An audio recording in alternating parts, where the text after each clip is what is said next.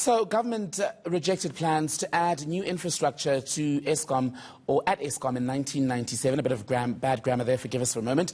Well, that's according to former manager Dave Nicholls, who was one of the biggest reasons for, he says that was one of the biggest reasons for the current power crisis. Nichols was a senior manager for 30 years and a former chief nuclear officer, and he has done a presentation to the Free Market Foundation on those years. Watching that for us is ENCA business anchor Devin Mulligan joining us live now. And Devin, so we've gone as far back as 1997 in trying to track how on earth we ended up in this mess. What do we know?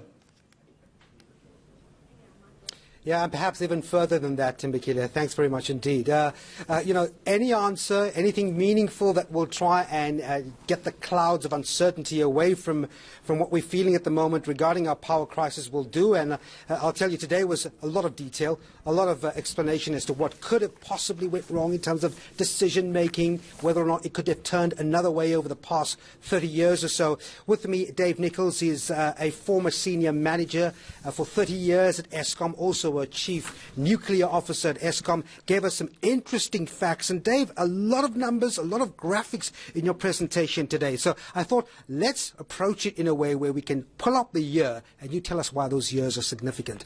You mentioned 1997. Why was that the turning point in the Eskom crisis? That was the point at which Eskom was saying, on the present growth rates in the economy and the present growth in demand, we will need to be building plant to meet the demand in 2007. At that point, that was a key thing where the government said, no, the policy is that the free market will come in through a market model called in the 1998 energy policy, and Eskom was told not to consider building any power station in the next period.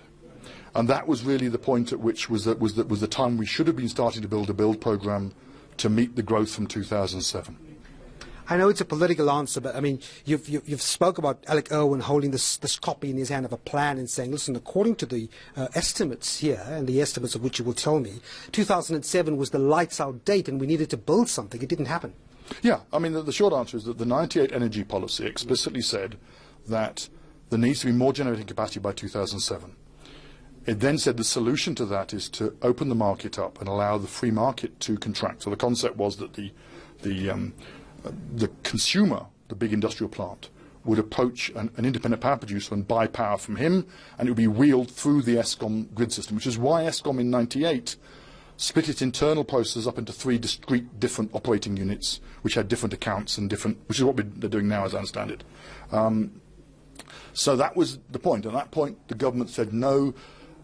So that was the point. Eskom wasn't going to build, the free market was going to market. The independent power producers came in and said they thought it was a good idea. But the problem was that the tariff was just too low, and Eskom was too good a competitor for any of the independent power to compete.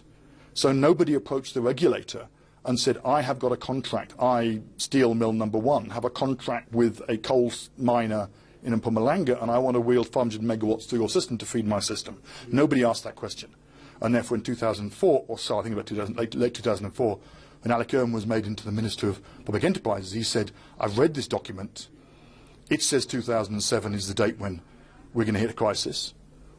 What's being done about it? And Eskom's answer was, it isn't Eskom's problem anymore. It's been taken away from us and given to the market. Through all of that time, you had factories coming in. Things started getting bigger. We needed more power.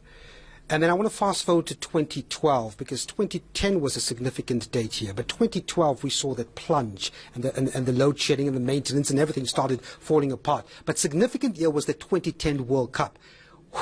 Excuse me, we weren't allowed to put the lights off at that time, were we? Well, I think the short answer is Eskom went through a process which Eskom said in that period it was vital that the lights must stay on. Keep the lights on was the claim. KLO was a phrase in the company. And therefore, whatever was required to keep the lights on was done. And if you don't do maintenance on something for long enough, it will eventually start breaking on you. And that's what really happened in about 2012 when it started going badly wrong in terms of the plants. But it wasn't a choice of saying, oh, we don't want to do maintenance, it's not important. It was saying we just can't do maintenance. And we were tracking everything as what we had to do. But again, it's a very difficult political decision to say, I want to turn the lights out in the country for maintenance purposes on the power stations. So I think the thing I'm trying to put over this talk is that any discussion we have of a short-term solution, if we're going to fix it in the next year or so, we're clearly going to have to do major activities to fix the short-term activities. But if we don't start doing something serious that actually meets the need, and there's many options in that, but they really all come down to rather classical systems of, and I said, the classical four choices in the world that actually have made grids work is coal, gas, nuclear and hydro. And you look at those and say, which of those can I make happen? But it will take you the best part of 10 years to get those online. So we've got to start doing something now. Yeah, big power stations. I've got like 30 seconds. You're not a very big campaigner, I'm putting that politely, of renewables, and you're saying it's not going to give us the kind of power that we need in this country. Why is that?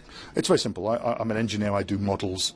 And whenever you do a model, an economic model or a practical model in terms of a computer model, you end up taking where in the world has this worked. So you first put real data in and get a real answer out, and then you put your own data in and get your solution out. At the moment, there's nowhere in the world where renewables, in the sense they're being now put on the table, have actually met the need of a country. I'm going to leave it there. Dave Nicholls, thanks very much indeed for talking to us. Nicholl, there you have it. Some bits of info that came out tonight really showing us how we got to this point and perhaps some solutions on what to look for as we go forward.